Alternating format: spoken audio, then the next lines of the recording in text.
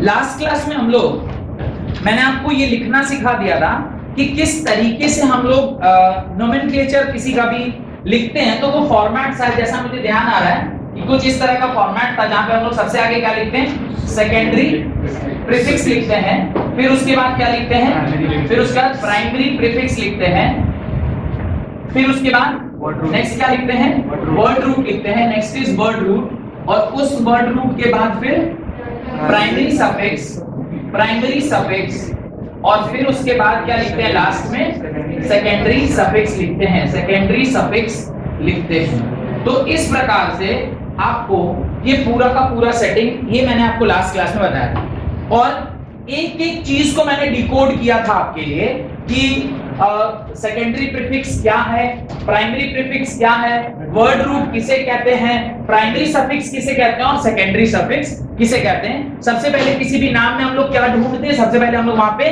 Word root ढूंढते हैं, तब फिर प्राइमरी सफिक्स के बारे में सोचते हैं, फिर प्रिंसिपल फंक्शनल ग्रुप चेक करते हैं, मैंने बताया होगा बाप दादा ऐसे करके पूरा लिस्ट है। उस सफिक्स के बाद फिर अगर तो साइक्लो कंपाउंड है तो वर्ड साइक्लो ऐड करते हैं, और जो भी बचा हुआ है उसके लिए हम लोग सब्स्टिट्यूएंट उसको मानते हैं, और उसको हम लोग कहां लिखते हैं, आगे लिखते हैं। ये तो एक जनरल आइडिया हो गया। अब इसके ना रूल्स होते हैं, आप ऐसे ही कुछ भी कहीं भी नहीं लिख सकते। तो इस रूल में जो पहला नियम है, देखिए वो लिखा है लॉन्गेस्ट चेन रूल।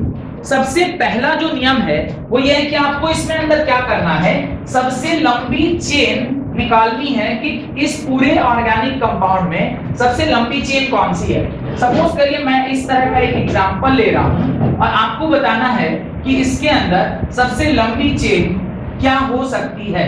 इस प्रकार से कुछ एक एग्जांपल मुझे दिया गया है, आपसे पूछा जा रहा है कि बताइए इसमें सबसे लंबी चेन क्या है। तो सबसे लंबी चेन पता करने का जो तरीका है वो ये है कि आप किसी भी तरह सब साइड से इसको गिनना स्टार्ट करिए। जब इसे गिनेंगे तो ये 1 2 3 4 5 6, इधर नहीं गया, 1 2 3 4 5 6 7, इधर देखिए 1 2 3 4 5 6 7 8, और बड़ा 1 2 3 4 5 6 7 8 9 10 11। तो मुझे लग रहा है शायद इससे बड़ी चेन इस पूरे ऑर्गेनिक कंपाउंड में आपको कहीं देखने को नहीं मिलेगी। ये मेरे ख्याल से सबसे लंबी चेन इस पूरे ऑर्गेनिक कंपाउंड में है, जहां पर जो ये जो बचा हुआ है, ये जो बाहर बाहर आपको आता हुआ दिखाई दे रहा है, this all will become the substituent, और जो मेन चेन है उसमें जो नंबर ऑफ कार्बन है वही आपका क्या बनता है, वर्ड रूट बनता है।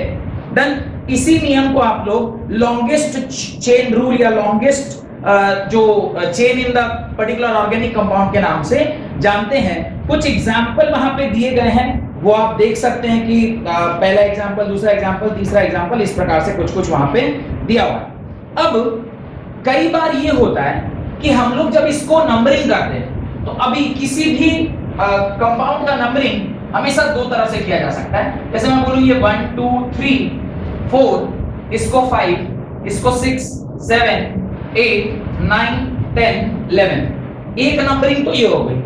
अच्छा, एक दूसरी नंबरिंग ये भी हो सकती है कि आप इस तरफ से ना स्टार्ट करके आप इधर से स्टार्ट करो, 1 2 3 4, इसको बोला 5, this is 6, this is 7, this is 8, this is 9, this is 10 and this is 11। अब यहां पे इशू आएगा कि आप 11 तो पता कर लिए, 11 मींस अनडेक और डोडेक। अनडेक आपने वर्ड रूट पता कर लिया, ये अनडेक है, सारे सिंगल बॉन्ड है तो अनडेकेन है, ये भी पता चल गया। पर अभी मुझे ये देखना है ये सब्स्टिट्यूएंट को नंबर करना पड़ेगा। अगर मैं ब्लैक वाले से नंबरिंग करता हूं तो ये 4 पे है, और रेड वाले से कर रहा हूं तो ये 8 पर है। इस तरफ से चलेंगे तो ये ब्लैक से देखूं तो ये 7 पे है, रेड से देखूं तो 5 पे, इधर से चले तो ब्लैक से देखूं तो 5 पे और रेड से देखूं तो 7 पे। अब मुझे नेक्स्ट डिसाइड करना होगा कि किस साइड से आप नंबरिंग करेंगे, whether will number it from ऊपर से और नीचे से। तो उसका भी एक रूल है जो कहता है lowest number rule. What is that? Lowest number rule. जिस साइड पर काउंटिंग करने पे पहले सब्स्टिट्यूएंट स्टार्ट हो जाए, इधर से देखिए 1 2 3 4 5वें पे सब्स्टिट्यूएंट स्टार्ट हुआ, इधर से 1 2 3 4 चौथे से सब्स्टिट्यूएंट स्टार्ट हुआ। लोएस्ट रूल किधर जा रहे हैं? ऊपर। तो नीचे वाला जो नंबरिंग है वो क्या हो गया? गलत हो गया। This is no more valid because lowest rule, जो लोएस्ट नंबर रूल है उसके हिसाब से पहला सबसे छोटा नंबर उसको मिलना चाहिए जहां पे ये सबसे पहला सब्स्टिट्यूएंट आपको मिले। लेकिन कुछ ऐसा भी तो हो सकता था कि यहां पर ही ये 4 आ जाए, ऐसा भी तो हो सकता था कि ये इधर से भी 4 और इधर से भी 4। तब क्या करेंगे? Then what you will do? Then you will move further कि अगला सब्स्टिट्यूएंट कौन पहले आ रहा है। अब इधर से बढ़ा उतने का 5 पे ही सब्स्टिट्यूएंट है, इधर से बढ़ेगा 5 पे खाली है, तो फिर भी ऊपर से ही आ गया। तो इस प्रकार से आप शॉर्ट रूल आउट करेंगे कि कौन सा आपका जो रूल है, यानी कितने नंबर कार्बन पे आप चलेंगे तो वहां से आपका वो सेटिंग निकलेगा कि किधर से आप आ रहे हैं। That rule is known as, उस रूल को हम क्या कह रहे हैं? Lowest number rule. कि लोएस्ट नंबर जिस पर्टिकुलर सब्स्टिट्यूएंट को मिलेगा, आप पढ़िए क्या लिखा है, for molecule with only one substituent, एक सब्स्टिट्यूएंट हो तो उस हिसाब से, अगर एक से ज्यादा है तो भी ये जो लोएस्ट रूल है ये आपका क्या रहता है? वैलिड रहता है, चाहे आप इधर से चलें या फिर इधर से चलें। वैसे घर में इसको एक बार आराम से देखकर पूरा एक एक रूल को आप पढ़िएगा। मैं चूंकि 11th क्लास का ये कॉन्सेप्ट 12th में पढ़ा रहा हूं तो मैं थोड़ा सिर्फ जल्दी में उसको बता दे रहा हूं कि ऐसे ऐसे रूल रहते हैं। नेक्स्ट, अभी देखिए वहां पे लिखा है third rule, lowest set of locant rule. What is lowest set of locant rule? तो वहां पे जो एग्जांपल दिया हुआ है, मैं उसी एग्जांपल की मदद से आपको समझाने की कोशिश करूंगा कि lowest set of locant rule आप किसे कहते हैं। ध्यान से देखिए, एग्जांपल जो वहां पे दिया हुआ है दैट इज कार्बन, उस पर एक और कार्बन, ऊपर भी CH3 लगा है, नीचे भी CH3 लगा है, इसके बाद यहाँ CH2 है, देन इस CH, ऊपर इस CH3 and then here also it is CH3। नीचे देखिए यहाँ CH3 है, ये सेम कंपाउंड है, इधर भी CH3 लिखा हुआ है, this is CH2, this is CH, ऊपर CH3 और यहाँ भी CH3 है। आप देखिए नंबरिंग अब हम लोग स्टार्ट करते हैं। अभी नंबरिंग स्टार्ट करेंगे तो इधर से भी नंबरिंग हो सकती है और इधर से भी। मैं एक केस में इधर से करता हूं 1 2 3 4 5, एक केस में इधर से करता हूं 1 2 3 4 5। अब देखिए मैं इसका नाम लिखूंगा, तो देखिए आप वहां नाम लिखने के लिए आप जो भी लिखेंगे ऐसे लिखेंगे ना, 2, 4 ट्राई मिथाइल 1 2 3 4 5 पेंटेन आपका इसका नाम हो गया। और इस हिसाब से लिखेंगे तो क्या होगा 2, 4 ट्राई मिथाइल पेंटेन। नाम में और कोई अंतर आएगा क्या? इसके अलावा तो कोई अंतर नहीं आएगा। अब मुझे ये बताना है कि ऊपर वाला नाम से लिखा है या नीचे वाला नाम से। अभी रूल को पढ़िए। रूल कहता है lowest set of locant rule, in case there are 2 or more substituent, then parent or principal chain is numbered from the end, which gives the lowest set of locant. Lowest set of locant means इसको आप जोड़ेंगे, वैसे इसको जोड़ भी दीजिए या फिर देख के भी पता आप कर सकते हैं कि यहाँ पे जो एलिमेंट है उसको एक को 2 मिल रहा है और इसको 4, और यहाँ पे इसको 4 मिल रहा है, तो ये टोटल 10 है, ये भी 10 होगा, सॉरी ये आपका 8 है और ये टोटल जोड़ के 10 है। दोनों में बड़ा कौन है? ये वाला। छोटा कौन है? ये वाला। तो जो छोटा होगा वही आपको एक्सेप्ट करना है, जो बड़ा है उसको आप गलत लिखेंगे। बात समझ में आया? This is rule only known as lowest set of locant rule, जहां पे आपको जो छोटा वाला है उसको क्या करना है? एक्सेप्ट करना है, और जो बड़ा वाला है उसको क्या कर देना है? छोड़ देना है। देन तो 2 4 4 जहां पे आप लिखे 2 4 4 ये गलत हो जाएगा, और 2 2 4 ये क्या हो जाएगा? सही हो जाएगा। तो इस प्रकार से आप नंबर को लिखते हैं। नेक्स्ट देखिए, अब अगला जो रूल है that is alphabetical order of the side chain. अभी मान लीजिए इसी पर्टिकुलर कंपाउंड में थोड़ा सा मैं संशोधन कर रहा हूं, ये देख लिया ना आप लोग, ये रूल समझ में आया कि जब कभी भी क्लैश हो जाए तो आप क्लैश के टर्म्स में क्या करेंगे? जो छोटा है उसको ही आप रखेंगे, जो बड़ा है उसको आप छोड़ देंगे। अब मैं इसी एग्जांपल को थोड़ा सा मॉडिफाई करता हूं और फिर हम लोग नाम लिखने का इसका कोशिश करते हैं कि कैसे नाम लिखेंगे। मान लीजिए ये ऐसा हो जाए, ये ऐसा हो जाए, यहाँ पे मैं दिस इज CH2 CH3 कर देता हूँ, this is CH2 CH3 and this is also CH2 CH3, ये हो गया। अब यहां से 2 और इस पे 4 और यहाँ पे इधर से 2 इधर पे 4। अभी क्या करेंगे?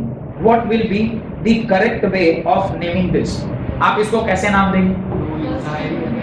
पहला वाला करेक्ट होगा, दूसरा वाला क्यों? रीजन? वेरी गुड, बहुत सही। अब देखिए 2 पे क्या लगा हुआ है? इथाइल लगा है, और 4 पे क्या लगा है? मिथाइल लगा है। ये समझ में आ रहा है? 2 थाइल 4 मिथाइल और ये क्या हो जाएगा, पेंटेन हो जाएगा। और इसकी बात करेंगे तो ये होगा 2 मिथाइल 4 इथाइल और ये क्या हो गया, पेंटेन। जब कभी भी इस तरह का क्लैश कर जाए, छोटा नंबर आप हमेशा उसको देंगे जिसका अल्फाबेटिकल ऑर्डर पहले होगा और बड़ा नंबर आप उसको देंगे जिसका अल्फाबेटिकल ऑर्डर बाद में आएगा। तो ई पहले आता है कि एम पहले आता है? ई पहले आता है, इसलिए आप इथाइल को छोटा नंबर देंगे and then you will give a number to methyl. ये बात समझ में आ गई? अब ये आपके एग्जांपल में दिया हुआ नहीं है, ये मैंने ऐसे अपने मन से एग्जांपल ले दिया है। तो अगर जगह है वहीं कहीं तो बगल में आप लिख सकते हैं कि इस तरह का अगर कभी क्लैश कर जाए तो this is correct, this is wrong. आपने एग्जांपल इसलिए लिखना जरूरी है ताकि आप अगर कभी फंस जाएं तो आपके पास एक स्टैंडर्ड एग्जांपल होगा जिसको देख के आप उस तरह का सवाल को निकाल लेंगे कि सर ने ऐसा बताया था तो यही सही होगा, ये वाला गलत है। ठीक है, तो इसको आप अपनी कॉपी में लिख सकते हैं कि इस तरीके से आप रूल आउट करेंगे कि कौन सा सही होगा और कौन सा गलत। डन। अब सेकंड एक और एग्जांपल मुझे देना है, बस इसी एग्जांपल में ही वो एग्जांपल मैं बनाऊंगा। तो अगर लिख लिया हो तो बताइए, मैं चेंज करूं इस एग्जांपल को चेंज करना है मुझे थोड़ा सा, ताकि ये सही किया जा सके। इसको थोड़ा सा सही करते हैं एंड देन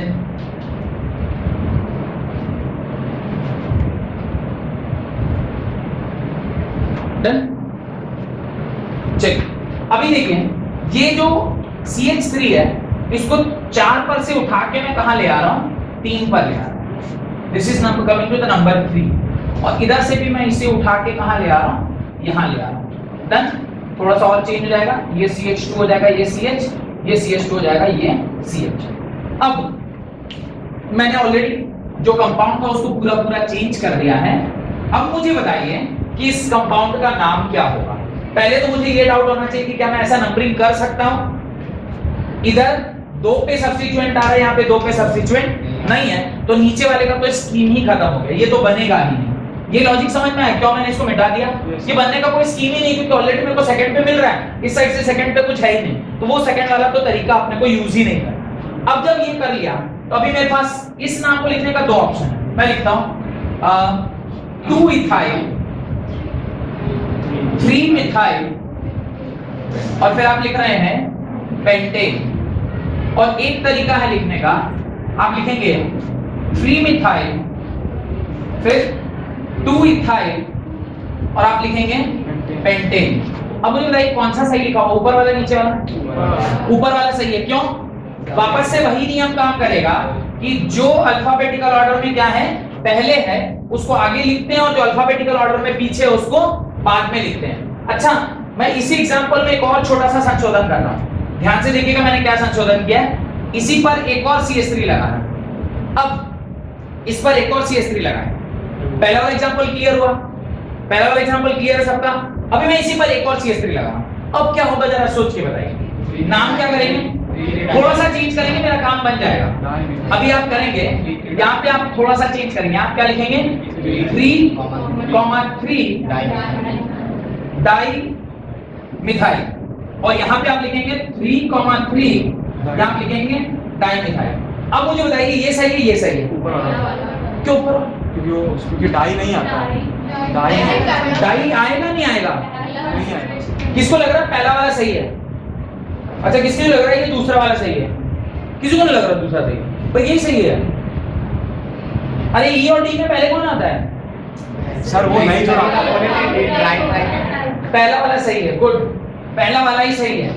डी और ई में आता तो डी पहले है, लेकिन डी को हम कंसीडर नहीं करते। मैंने नोट में एक जगह लिखवाया है डाई ट्राई टेट्रा पेंटा, इसके जो फर्स्ट लेटर है वो कंसीडर हम नहीं करते। हम सिर्फ इसको कंसीडर करते हैं जिससे वो सब्स्टिट्यूएंट स्टार्ट हुआ है, सिर्फ और सिर्फ हम उसी को कंसीडर करते हैं। ये बात भी आपको समझ में आ गई। ये लिखा है alphabetical order for the side chain is, वो अल्फाबेटिकल ऑर्डर में आप समझाते हैं। Next, naming the different substituent at equal position. ये भी मैंने आपको बता दिया कि इक्विवेलेंट पोजीशन पे अगर दोनों साइड से है तो किधर नंबरिंग जाएगा, जिधर वो अल्फाबेटिकल ऑर्डर में वो पहले आएगा। तो ये भी मैंने रूल आपको बता दिया। अब देखिए सेकंड क्या बोल रहे हैं, सब्स्टिट्यूएंट अगर कॉम्प्लेक्स नेचर का है, सब्स्टिट्यूएंट अगर कॉम्प्लेक्स नेचर का है। तो ये एग्जांपल लिखना था, लिख लिए ना। चलिए अभी सब्स्टिट्यूएंट कॉम्प्लेक्स नेचर का होगा तो क्या करेंगे। सब्स्टिट्यूएंट कॉम्प्लेक्स नेचर का होता है, ये वाला थोड़ा इंपॉर्टेंट इसलिए हो जाता है क्योंकि इससे ना कुछ नीट वगैरह में सवाल पूछ लेते हैं। सब्स्टिट्यूएंट पे सब्स्टिट्यूएंट लगा होता है या डायरेक्टली भी सब्स्टिट्यूएंट लगा होता है, तो इसके ऊपर कई बार सवाल आ जाता है, इसलिए इसको थोड़ा समझना जरूरी है। जैसे एक एग्जांपल लेता हूं, c, c, c, c, c, c, c, c, इधर आपने लिखा c, c, c, सपोज ऐसा कुछ लिख दिया या ऐसा कुछ लिखा। अब ये पर्टिकुलर कंपाउंड है और आपसे कह रहा बताओ इसका नाम क्या होगा, इसका नाम क्या होगा। तो आप एक काम करेंगे, इसको हम किधर से भी नंबर करो, मैंने बीच में डाल दिया, नहीं ठीक है, इधर से 1 2 3 4 5 6 7 8 और ये फोर्थ पर लगा है। अब फोर्थ के अंदर जो आपके नंबर ऑफ कार्बन, तो अभी इसके ऊपर कितने मैक्सिमम कितने कार्बन हो सकते हैं, 2। इसके अंदर जो सब्स्टिट्यूएंट है, पहले ये समझिए कि ये कॉम्प्लेक्स सब्स्टिट्यूएंट है, ये जो बना हुआ है ये क्या है, कॉम्प्लेक्स सब्स्टिट्यूएंट है। इस कॉम्प्लेक्स सब्स्टिट्यूएंट में 2 आप मेन मानेंगे और बाकी 2 क्या मानेंगे आप, सब्स्टिट्यूएंट, क्योंकि उसके बाद भी फिर से मेरे को लॉन्गेस्ट कार्बन चेन का नियम लगाना है। सब्स्टिट्यूएंट के अंदर भी मेरे को सेम सारे रूल वैसे ही फॉलो करने हैं। तो अभी इसको मैंने उसी प्रकार से जैसे आपने देखा उसी प्रकार से मैंने इसको वापस से फॉलो किया। अब इसका जब नाम लिखेंगे तो सबसे पहले वर्ड रूट लिखेंगे, तो वर्ड रूट क्या होगा, ऑक्ट, इसमें एन लिख देंगे, कहीं कोई दिक्कत नहीं है। अब इसके आगे बाकी सारी चीजें लिखी जाएगी। तो ये कहानी कहां से स्टार्ट होगा, 4 से। अब 4 पे क्या लगा है हम तो नहीं जानते, 4 पे क्या लगा हुआ है, तो 4 पे क्या लगा हुआ है, 4 पे आप डालेंगे डैश और फिर स्टार्ट करेंगे ब्रैकेट, ताकि अब ना आप इसका नाम लिख सकें। 4 पर क्या लगा हुआ है, तो 4 पे जो इस ब्रैकेट में लिखा है वो लगा हुआ है। 4 पे क्या लिखा है इसको देखिए, 4 पे लिखा है ये 1 पर 2 मिथाइल है, 1,1 डाइमिथाइल एंड देन इसमें कितने कार्बन है, 1 कार्बन या 2 कार्बन, 2 कार्बन, ये क्या हो जाएगा ethyl and then bracket 1 octane. इस तरीके से इसका नाम हम लोग लिखते हैं, जहां पे सब्स्टिट्यूएंट भी कॉम्प्लेक्स नेचर का हो। आप देखिए वहां पे लिखा है an alkyl group is said to be complex in case one or more carbon atom in it are further substituted। आप उसको फर्दर क्या कर रहे हैं, सब्स्टिट्यूट कर रहे हैं, तो इस प्रकार से आप उसमें नाम लिखते हैं। अब उसके और भी कई सारे एग्जाम्पल वहां पर दिए गए हैं जहां पे एक से ज्यादा सब्स्टिट्यूशन आपको दिखाई दे रहा है। अच्छा एक एग्जाम्पल और मैं देता हूं, अभी इसी नाम में सपोज करिए कि यहां पे अगर CH3 लगा होता, अभी मैं इसको क्या फर्दर एक और पार्ट में बोलूं, अगर यहां पर CH3 लगा होता तो अब इसका नाम क्या लिखते हैं, अब इसका नाम क्या करते हैं, अब इसका नाम आप लिखते हैं 6। पहले तो नंबरिंग चेंज करना पड़ जाएगा, क्योंकि आज तो यहां नहीं लगा के क्या करते हैं, यहां लगा देते हैं, नंबरिंग उसी सेम रखने के लिए यहां लगा देते हैं। अब अगर इसका नाम लिखना हो तो क्या लिखते हैं, 3 पे मिथाइल, अभी आप यहां पे सिंपली लिख देते हैं 3 पे क्या लगा हुआ है, मिथाइल लगा हुआ है, 3 methyl, 4 dash 1,1 dimethyl ethyl octane. ये सेंस बन रहा है कि अभी नॉर्मल सब्स्टिट्यूएंट भी है और कॉम्प्लेक्स सब्स्टिट्यूएंट भी, दोनों का मिश्रण है। तो इस प्रकार से आप नाम लिखेंगे, जहां पे नॉर्मल सब्स्टिट्यूएंट अभी इसके अंदर भी है कि भाई अभी कभी क्लैश कर जाए, तो फिर जब कभी भी there is a clash you have to always remember alphabetical order. Clash हुआ तो अल्फाबेटिकल ऑर्डर ही आपको ध्यान में रखना है कि जब कभी भी क्लैश होगा तो हम लोग क्या करेंगे, अल्फाबेटिकल ऑर्डर में जाएंगे। अच्छा ये तो हो गया वो एग्जांपल जहां पे एक सिंपल था एक कॉम्प्लेक्स था। अभी 2 कॉम्प्लेक्स हो जाएंगे तो क्या होगा, जैसे सपोज मैं इसी एग्जांपल में पढ़ाता जा रहा हूं, कोई दिक्कत नहीं ना, ये लिख रहे हैं, वो लिखा हुआ एग्जांपल दिया हुआ है। अभी मान लीजिए ये भी कॉम्प्लेक्स है, सपोज करिए ये भी कॉम्प्लेक्स हो गया, ये भी कॉम्प्लेक्स हो गया, CH3 सपोज ऐसा कुछ हो गया, ये भी कॉम्प्लेक्स हो गया। अब क्या करेंगे, अब ऊपर वाले को भी ऐसे लिखेंगे, कैसे लिखेंगे देखिए, ऊपर वाले को आप कैसे लिखोगे, ऊपर वाले को लिखोगे 3 डैश 1,1 डाइमिथाइल, फिर अगेन मिथाइल, बिकॉज़ एक ही कार्बन है ना, वही तो 2 कार्बन, अभी यहां पे 1 और ये 2, तो इसमें कितने आ गए, longest carbon chain is of 2 member, तो ये डाइमिथाइल नहीं होगा, क्या होगा 1 मिथाइल, अरे डाइमिथाइल सिर्फ मिथाइल, और फिर इसके बाद ये जो वापस से लिखा हुआ है 4 dash 1,1 dimethyl ethyl ethyl bracket बंद ऑक्टेन, ये इस प्रकार से आपका नियम होगा। बात समझ में आ रही है? तो दो कॉम्प्लेक्स भी हुआ तो उसको भी आप नेम आसानी से लिख सकते हैं। तो ये मैं ऊपर वाला जो लिखा मिटा रहा हूं, ये इसका नाम है जो बोर्ड पर लिखा हुआ है। इस प्रकार से जितने भी एलिफेटिक सैचुरेटेड कार्बन कंपाउंड थे, सैचुरेटेड मतलब जहां पे सिर्फ और सिर्फ क्या प्रेजेंट होता है, सिंगल बॉन्ड प्रेजेंट होता है, वो हमने लिख लिया। अब कोई ऐसा कंपाउंड हो जहां पे दो डबल बॉन्ड लगे, तो फिर वहां पे क्या करते हैं, डाईइन, ट्राईइन, इस तरह का वर्ड हम लोग यूज करते हैं। एक एग्जांपल मैंने लिखाया था, ब्यूटाडाईइन, याद आ रहा होगा फर्स्ट क्लास में, ब्यूटाडाईइन, तो डाई वर्ड आता है। मीना अगला जो आर्गुमेंट है वो ये है कि अगर किसी कंपाउंड में, नहीं आर्गुमेंट बताने से पहले मैं एग्जांपल देता हूं, ये लिख लिए सब लोग, कर लेंगे ना इसको, चलिए लिखा ही हुआ है शीट में, बस आप एग्जांपल देखते चलिए। अभी ये बताइए मुझे, carbon single bond carbon, single bond carbon, double bond carbon, single bond carbon, carbon triple bond carbon, triple bond double bond carbon, carbon, ये अगर कुछ कंपाउंड है, ये अगर कुछ कंपाउंड है, सपोज ये कुछ कंपाउंड है, अब मुझे लॉन्गेस्ट कार्बन चेन, एक मिनट, मुझे लॉन्गेस्ट का एक मिनट मुझे लॉन्गेस्ट कार्बन चेन देखना है, मुझे लॉन्गेस्ट कार्बन चेन देखना है। सबसे पहला नियम तो ये है ना कि आप सबसे पहले क्या निकालो, लॉन्गेस्ट कार्बन चेन निकालो। तब लॉन्गेस्ट कार्बन चेन क्या होगा, 1 2 3 4 5 6, 1 2 3 4 5 6, 1 2 3 4 5, तो सबसे बड़ा क्या है, 6 है। लेकिन नियम कहता है कि जब एक से ज्यादा या मल्टीपल बॉन्ड्स प्रेजेंट हैं, तो आप मल्टीपल बॉन्ड को किस में डालेंगे, मेन चेन में डालेंगे ही डालेंगे। इवन इफ कि आपका जो चेन है भली छोटा हो जाए, लेकिन मल्टीपल बॉन्ड को आपको छोड़ना नहीं, you have to hold that multiple bond. आपको मल्टीपल बॉन्ड को क्या करना पड़ेगा, पकड़ के रखना पड़ेगा। डन। अब जब आप मल्टीपल बॉन्ड को दोनों को पकड़ेंगे, तो यहां इस प्रकार से आप उसको घेरेंगे, इस प्रकार से घेर लिए, ये आपका वो मेन चेन हो गया। भले उसमें क्या है, नंबर ऑफ कार्बन कम है, पर आपको मल्टीपल बॉन्ड को इग्नोर नहीं करना है, you can not ignore multiple bond. अब मेरे पास नेक्स्ट चैलेंज है कि आपको इसका नंबरिंग किधर से स्टार्ट करना है। अब इधर आया 1, इधर आया 2, इधर आया 3, इधर आया 4, इधर आया 5, this is one option. And the other option is आप इसको 1 देंगे, इसको 2 देंगे, इसको 3 देंगे, इसको 4 देंगे, इसको 5 देंगे। तो मैं देख पा रहा हूं कि इस केस में क्योंकि दोनों साइड से सब्स्टिट्यूएंट थर्ड पे आया है, तो फिर आपको वो सब्स्टिट्यूएंट वाला जो रूल है वो यहाँ पे काम नहीं कर रहा है। क्या रूल फिर नेक्स्ट होना चाहिए जो बताएं?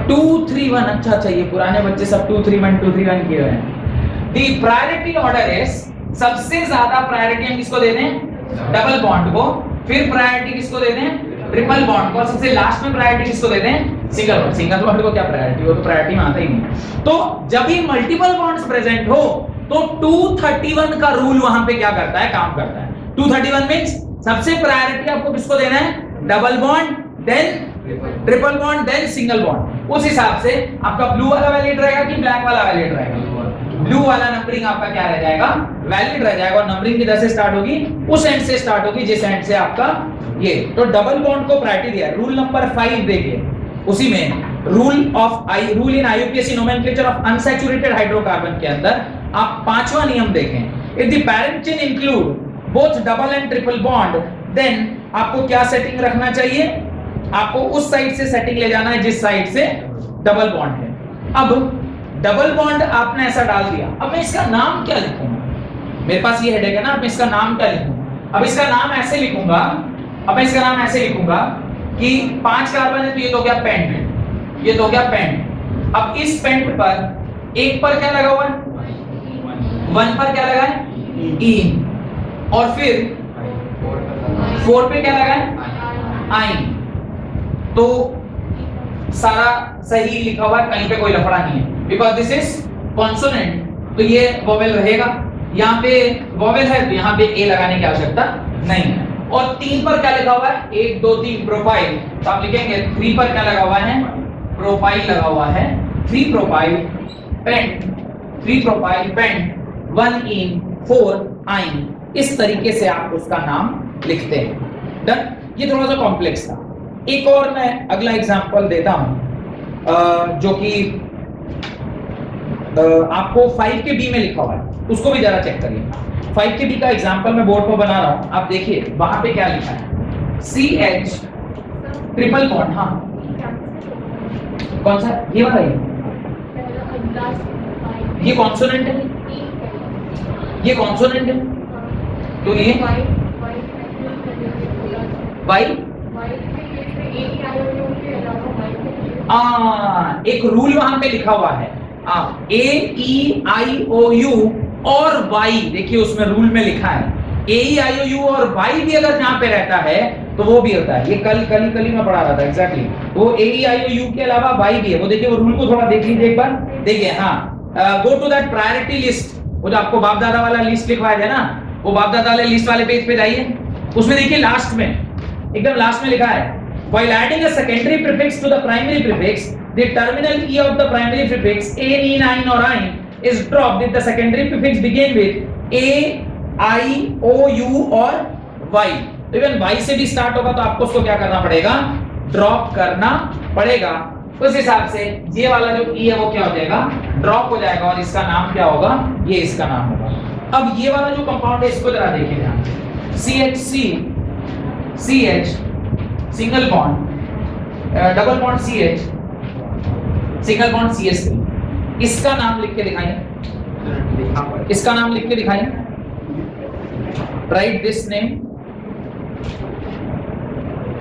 इसका नाम लिखिए,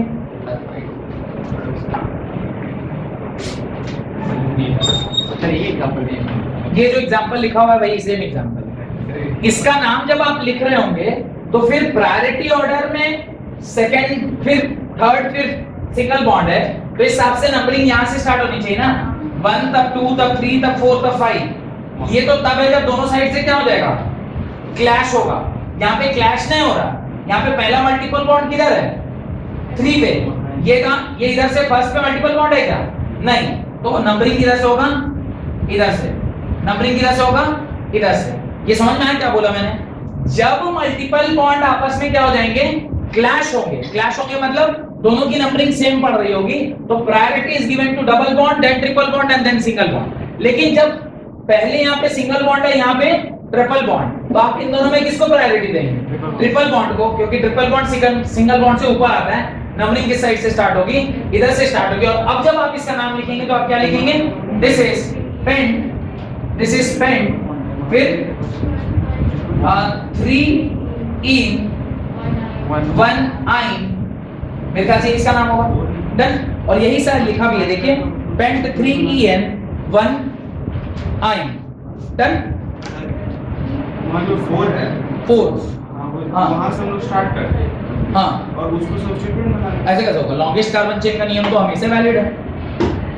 उसमें तो जब ये मल्टीपल बॉन्ड नहीं होगा तब ना, मल्टीपल बॉन्ड मिल जाएगा हम लोग को, डबल बॉन्ड ये, हाँ, तो हम लोग लॉन्गेस्ट चेन तो नहीं भी ले सकते। अरे तो ऐसा रहता कि हाँ भाई यहाँ से अगर ऐसे कुछ ऊपर जा रहा होता तब ना तुम इसको मेन मानते, इसको छोड़ देते, अभी यही तुम्हारे पास है ही, तो फिर इसको कैसे छोड़ोगे, ये तो मेन चेन का पार्ट है।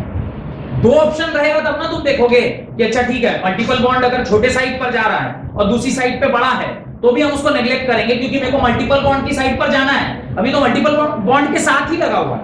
तुम जो बोल रहे हो वो क्या है समझो, तुम ये कह रहे हो मान ली यही कंपाउंड, यही एग्जांपल रहता और सपोज ऐसा होता, सपोज ऐसा होता, देखो ये कुछ ऐसा हो जाता, ये ऐसा हो जाता सपोज, और यहाँ C डबल बॉन्ड C होता, तो अब यहाँ पे भली 2 कार्बन और लगे हों, तो ये ऐसा नंबर जाता है, पर मैं ऊपर नहीं जा सकता, मेरे को मजबूरन इधर ही जाना होगा। This is different argument. यहाँ पे तो यही है, कुछ दूसरा ऑप्शन ही नहीं है, तो जहां दूसरा ऑप्शन नहीं होता तो आपको कंसीडर करना ही होगा।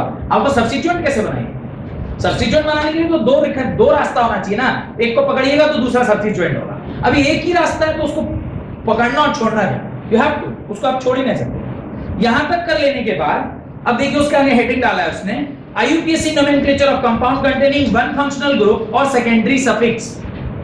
एक फंक्शनल ग्रुप है, अब एक फंक्शनल ग्रुप वाले कंपाउंड का एग्जांपल तो देख लिया, मल्टीपल फंक्शनल ग्रुप का भी इसमें दिया हुआ है। जैसे अगला हेडिंग देखिए क्या लिखा है, nomenclature of compound containing more than one different functional group, जिसको पॉलीफंक्शनल ग्रुप बोलते हैं। कल की क्लास में मैंने सिंगल फंक्शनल ग्रुप वाला तो बता दिया था। इसमें देखिए कुछ डॉन कैटेगरी का नाम दिया हुआ है। मैंने जिसको डॉन कैटेगरी बोला था उसका नाम देखिए यहाँ पे दिया हुआ है। कौन कौन सा है? COH, CHO, C triple bond N, CO double bond NH2।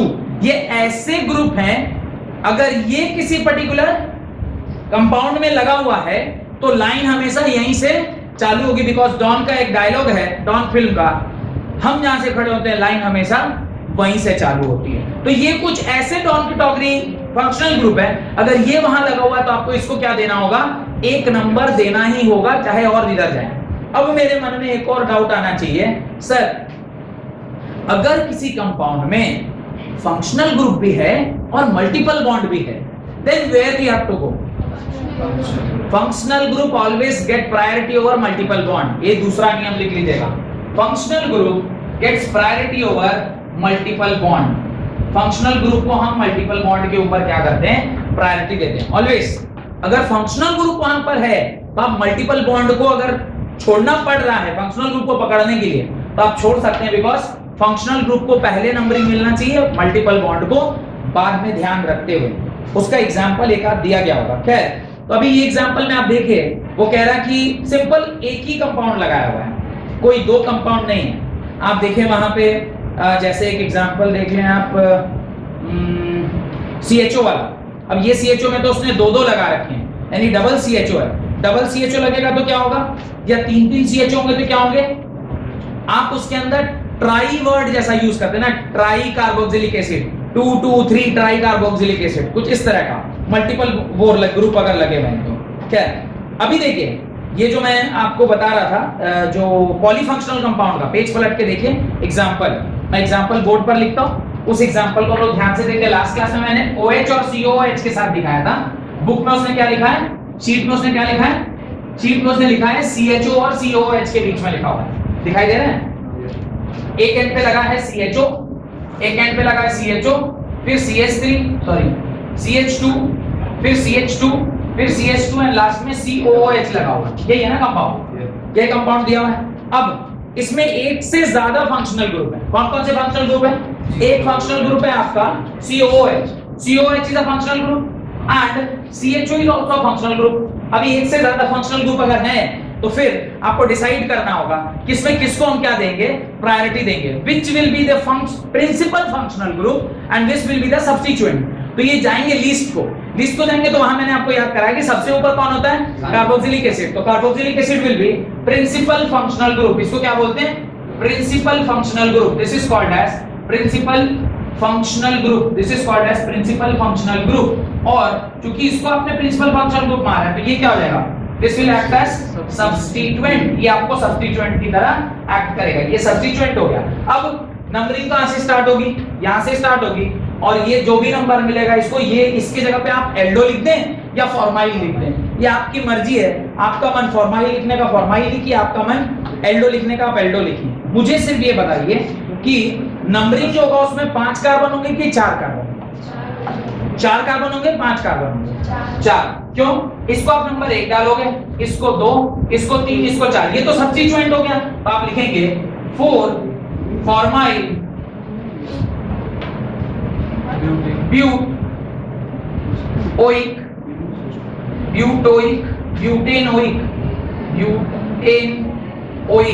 तो 2 एक साथ तो नहीं हो सकता, तो ब्यूटानोइक एसिड। इसका नाम क्या होगा? 4 फॉर्माइल ब्यूटानोइक एसिड।